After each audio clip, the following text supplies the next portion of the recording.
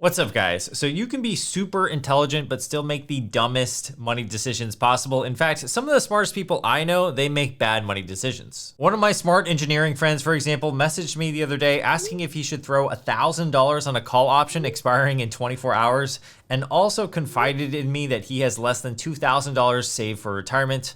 And he's 32, by the way. So I started to wonder, how can someone so smart be so dumb with their money? Well, I decided to dive deeper, and I've discovered that there are 3 common cognitive biases that we are all susceptible to, and smarter people often fall victim to these because their intelligence is actually working against them in these specific situations. The first bias is what's known as authority bias. So this is where people have a tendency to trust the opinion of an authority figure and ultimately be influenced by that opinion regardless of if that opinion has merit or not. And we see this type of bias every single day in the financial markets. It's easy to assign trust to someone who has a big influence. Like back late last year in 2024, quantum computing became a sector that received a lot of buzz after Google revealed its latest Willow chip. From the Google blog, quote, "Willow performed a standard benchmark computation in under 5 minutes that would take one of today's fastest supercomputers, that is, 10 septillion years. That's 10 to the 25th power. That's a number that vastly exceeds the age of the universe."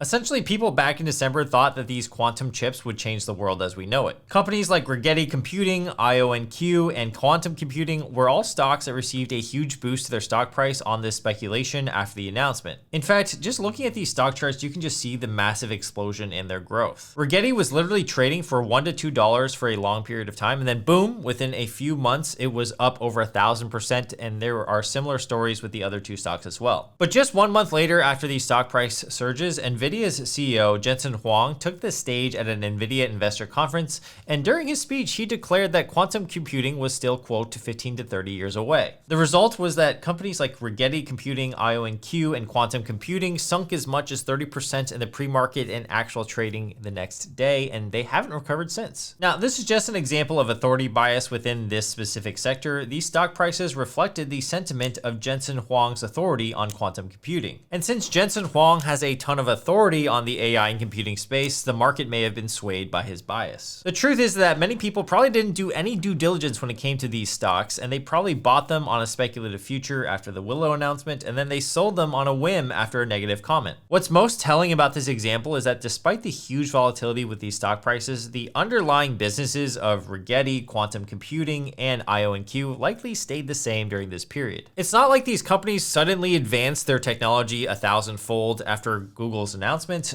nor did their roadmaps or research suddenly become worthless after Jensen's comments. The truth is that we don't really know whether or not these companies will succeed, and I'm personally bearish on quantum computing just becoming an actual thing anytime soon. But this example just kind of shows you that many people just fall victim to authority bias in this case. Now, this is just one specific example, but there are also many examples in the past year or so where notable figures might tell you to buy certain assets without any merit. For example, Eric Trump, which is the son of Donald Trump, said that it was a great time to buy Ethereum in this tweet. Ethereum, on the other hand, is now down over 45% since this was tweeted. When you are smart, you tend to assign too much value to other people who are smart, and that seems rather logical. Your brain is taking an efficient route to get to the solution, except in the case of investing and buying stocks, it may not be the right move. So to avoid authority bias, I have a few tips for you. Number 1, we want to practice authority blindfolding. That's simply where you just try to remove the name or title from whoever is giving the advice. So now all of a sudden pretend that it was your neighbor saying the same thing, or someone that has no credentials talking about the topic. That way you're going to be way more objective about the information that you're getting. The second is to look for alternative viewpoints. There usually is a case for the complete opposite opinion of the one you are currently considering. Make it a practice to find at least 2 opposing opinions, and this will create that cognitive friction that you need to avoid authority bias. And number 3, learn to trust yourself and your own judgment, and this will allow you to constantly question whether or not anyone else's opinion actually aligns with your strategy. Now, another great way to get some authority is to actually subscribe to my free newsletter called Hump Days. That's where we come out with 2 free business newsletters twice per week on Wednesdays and Sundays, and it's free to sign up. I've been running it for about 3 years now, and we have over 69,000 subscribers. The link to sign up will be down below in the description, and if you really enjoy our videos on YouTube, you will probably enjoy reading that newsletter. The next bias that plagues everyone, but especially smart people, is something called confirmation bias. This is our natural tendency to seek out information that confirms our pre-existing beliefs, and we tend to ignore contradictory evidence or information.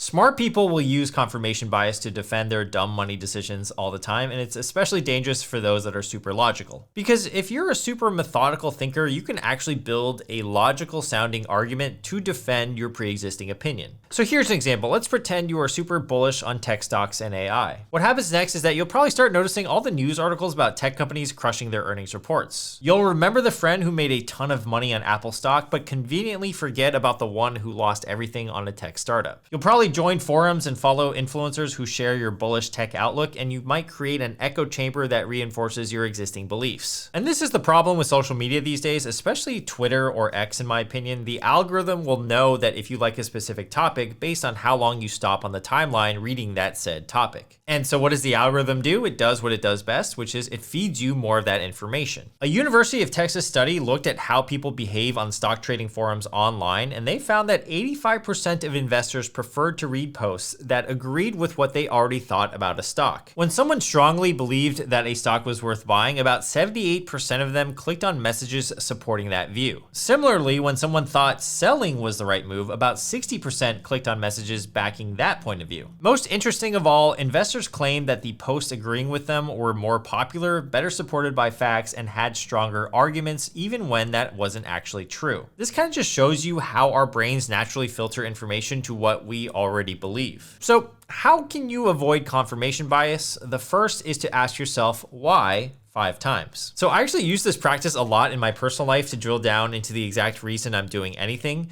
But if you ask yourself why 5 times, you will learn a lot about yourself. So for example, let's do this practice with Apple stock. Let's say you want to invest in Apple stock. You might ask yourself the first question. Number 1, why do I want to invest in Apple stock? And you might reply, oh, because it's the biggest company in the world.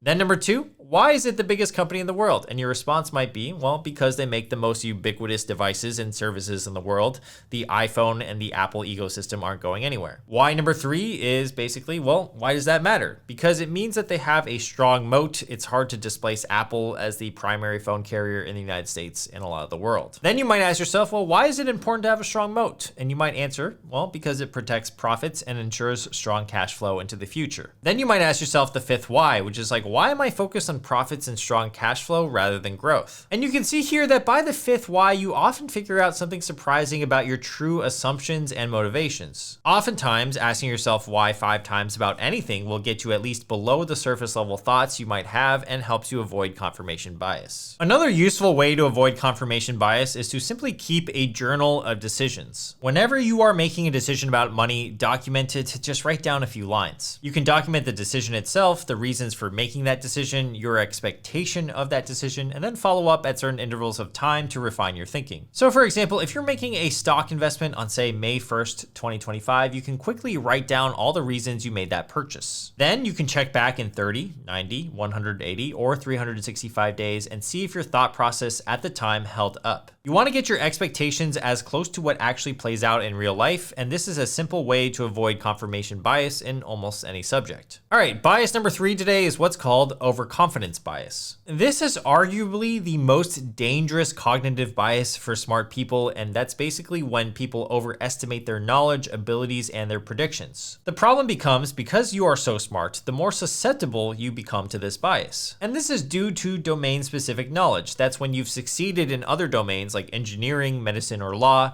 your brain naturally assumes that these skills will translate to money or investing. But the truth is that that's not exactly the case, and it's never exactly one-to-one. Overconfidence can show up many ways with money, including number 1, ignoring risk.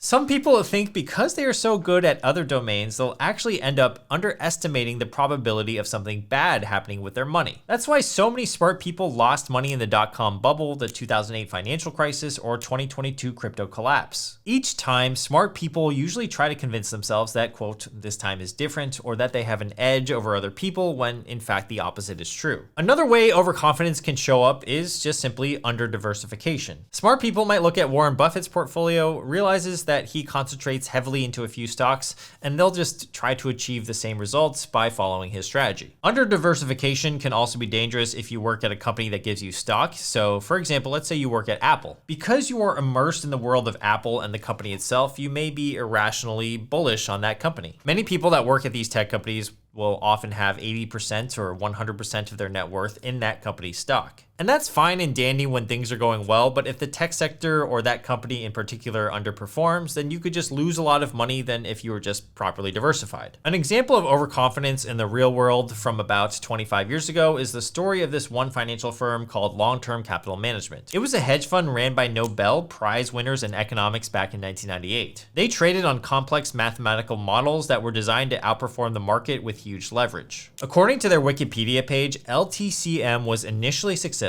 with annualized returns after fees of around 21% in its first year, 43% in its second year, and 41% in its third year. However, in 1998, it lost $4.6 billion in less than 4 months due to a combination of high leverage and exposure to the 1997 Asian financial crisis and the 1998 Russian financial crisis. So LTCM was a firm founded by super smart people. They had Nobel Prize winners, but they were probably overconfident on their models and thus the collapse. So how do we as normal people or even smart people try to combat overconfidence bias? The first thing that you can do is to respect the fact that you can get lucky. Whenever you have success in investments, it's easy to say that you deserved it for making, let's say, an incredible call, but you really want to look at it objectively and see how much of your success was due to factors beyond your control. And you can do this by step number 2, which is tracking your predictions and seeing how they turn out. Much like our journal of decisions in the second bias that we talked about today, if you write down your investment predictions and follow up with how they actually do, you will be able to calibrate for success later on. And another easy way to combat overconfidence bias is to just keep your investing and money options simple. That's why I think index funds are by far the most recommended investment product out there. It's because they are very simple and they keep it foolproof. As soon as you start creating complex justifications for investment decisions, that may be a sign that you are getting overconfident. The irony is that truly smart investing often looks really boring, and it's not about finding the next big thing or outsmarting the market. It's about consistently applying sound principles and acknowledging the limits of your own knowledge. Smart people can be done with their money because usually they just fall victim to their own intelligence, but the thing is, money doesn't really care how smart you are. It just wants you to make the best decisions over time. By watching this video, you are now hopefully aware of these biases, and that should put you ahead of most of the population when it comes to investing and money decisions. My personal favorite method of today's video is to ask yourself why 5 times for money, investing, even personal decisions, and it will just help you become a lot more introspective. All right, make sure to subscribe to this channel if you haven't already, and if you enjoyed this video, you will love this video right here. It's titled Why People with the Same Income End Up Rich or Broke. It's a video where we dive into the different habits of financially successful people that can make the difference between true wealth or just a life of being average. I will hopefully see you in that video or a future one on the channel. Thank you for being here. All right, peace.